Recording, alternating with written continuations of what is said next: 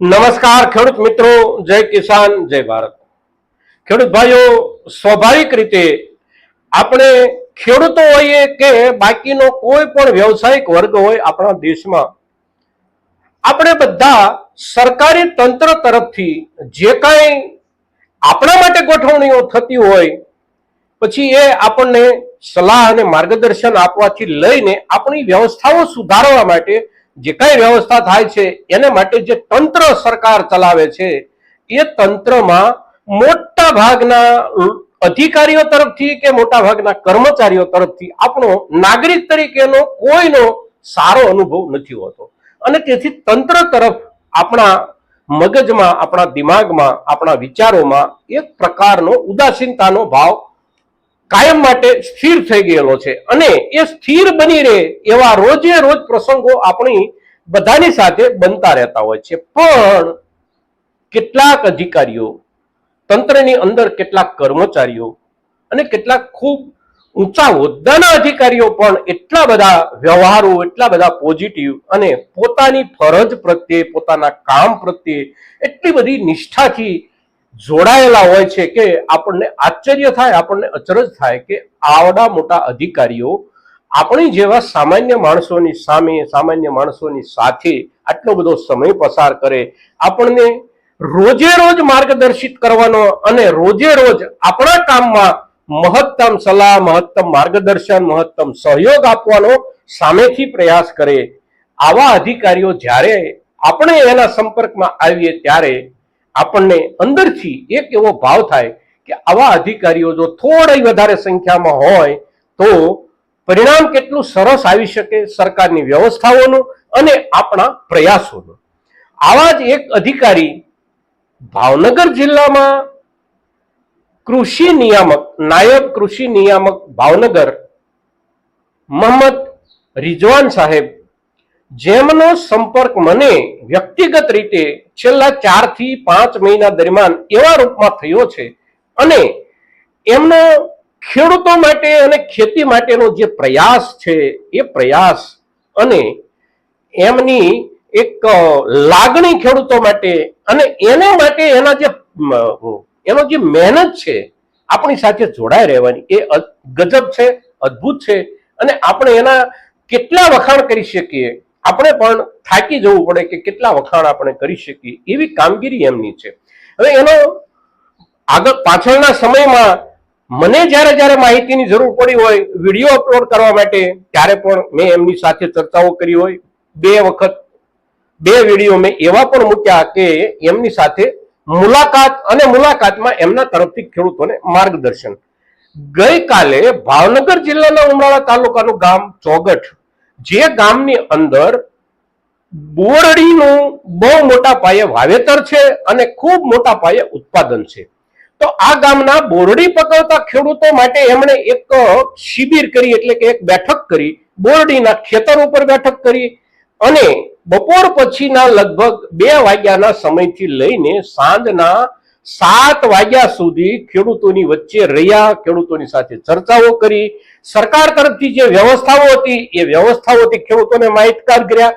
અત્યારના સમયમાં બોરડીની સારવાર માટે શું કરવું, આગામી સમયમાં શું કરવું, આની એટલી બધી વિસ્તૃત અને ખેડૂત સમજી શકે એવી ભાષામાં એમણે માહિતીઓ આપી અને 2 થી 7 નો ગઈકાલનો એટલે કે તારીખ 10/9/2024 મંગળવારના દિવસનો અતિ ઉકળાટ ભર્યો દિવસ, જેમાં આપણે ખેડૂતો અને મજૂરો કે જેમને રોજે રોજ ગરમી, તડકો, ઉકળાટ, ઠંડી, વરસાદ આ બધા નકારાત્મક પરિબળોથી ટેવાઈ ગયેલા વર્ગને પણ 4 થી 5 કલાક એક જગ્યાએ બેસવા કે કામ કરવામાં ખૂબ અગવડ પડે એવા વાતાવરણમાં આ અધિકારીએ 6 થી 7 કલાક ખેડૂતોની સાથે વિતાવ્યા।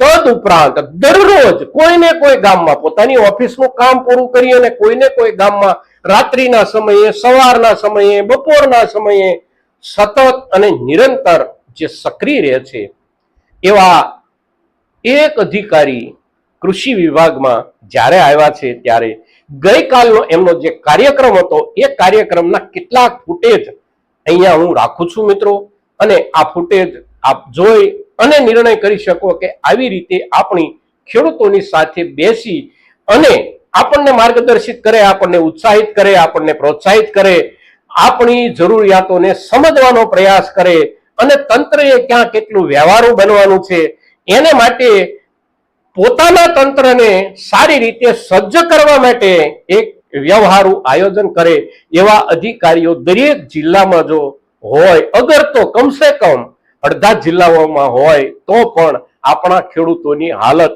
ઝડપથી સુધરી શકે, આપણી ખેતીની વ્યવસ્થા ઝડપથી સુધરી શકે અને અવશ્ય આપણો જે વ્યવસાય છે એ વ્યવસાય એક સારો વળતર આપતો વ્યવસાય બની શકે છે. મિત્રો, તો અહીંયા જે કાંઈ 2-3-4 ફૂટેજ ગઈકાલના કાર્યક્રમમાંથી મને ઉપલબ્ધ થયા છે એ હું રાખું છું. એમાં રિઝવાન સાહેબ પોતે જે કાંઈ ચર્ચાઓ કરી રહ્યા છે એનું રેકોર્ડિંગ સારા અને સ્પષ્ટ રૂપમાં નથી, પણ એ જે બેઠા છે આપ્યો છે એ આપણા માટે ખૂબ અગત્યનો છે અને આપણી માનસિકતા બદલવા માટે પણ આ એક મોટું બળ પૂરું પાડે છે કે તંત્રમાં પણ ખૂબ સારા અને ખૂબ સનિષ્ઠ માણસો હાજર છે અને તેથી જ કદાચ તંત્ર ચાલે છે. મિત્રો, તો હવે પછી જે કાંઈ 3-4 ફૂટેજ મારી પાસે ઉપલબ્ધ છે એ આ વિડીયોમાં રાખું છું. મિત્રો, એક સમજદાર ખેડૂત તરીકે, એક સમજદાર નાગરિક તરીકે આપ અવશ્ય આ વિડીયોની નીચે આપના તરફથી આપને જે સૂજે એવી કોમેન્ટ અવશ્ય કરજો. મિત્રો, ખતરો તો નહીં, પણ જો એફપીઓ નક્કી થતું હોય અથવા તો તમે ખેડૂતો નક્કી થતા હોય તો બોર માટે, બોરના સ્ટોરેજ માટે બહુ મોટા પ્રોટોકોલ નથી. જેમ બટાકાને સંગ્રહ કરવાના પ્રોટોકોલ છે એમ બોર માટે કોઈ કર્યા નથી. કેમ કે બોર ખેતીના પાકમાં કે બાગાયતના પાકમાં કોઈ ગણતું નથી અને બહુ વધારે જે ન ગણાતો હોય એ પાકમાં કોઈ બહુ વધારે અખતરા થાય નહીં.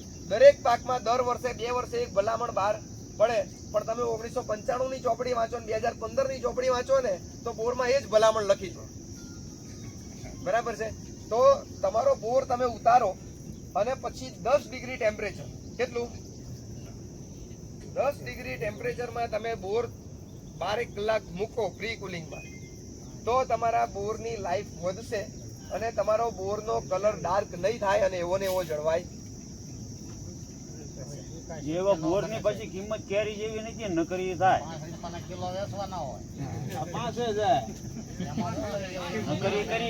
એવું નહીં. વાંધો ક્યારે થાય કે જયારે સાંભળીએ નહીં ને ત્યારે.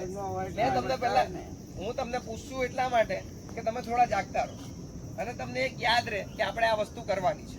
મેં તમને ઉદાહરણ એટલે આપ્યું કે આ ગરમીમાંથી તમારે વધારે ગરમીમાં જશો તો તમારા શરીરને નુકસાન થશે, તો તમારે ક્યાંક જઈને પાણી પીવા કે લીંબુ પાણી પીવા ઊભું રહેવું પડશે અને પંખા નીચે બેસશો તો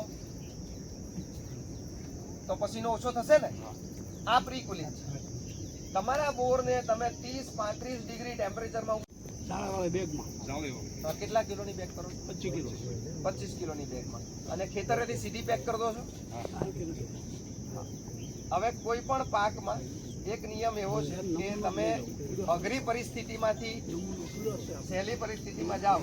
અત્યારે આ ગરમીમાં બેઠા છો તો સીધા એસીના રૂમમાં જશો ને તો તમને નુકસાન થશે અને પાછી ગરમીમાં જશો તોય નુકસાન થશે. તો શું કહેવાય કે અત્યારે થોડા છાંયડે જાઓ અને છાંયડે ગયા પછી તમે થોડા એસીમાં જાઓ અથવા વધારે ઠંડકવાળા વિસ્તારમાં જાઓ તો તમારું શરીર ટેવાઈ જાય. કોઈ પણ ફળમાં પ્રી કુલિંગનો એક નિયમ છે. તો મિત્રો, આપે આ ફૂટેજ જોયા બોરડીના ખેતર પર આપણા દેશી ખાટલા ઉપર એક અધિકારી તરીકે 3-4 કલાક 5 કલાક ખેડૂતોની વચ્ચે બેઠા છે.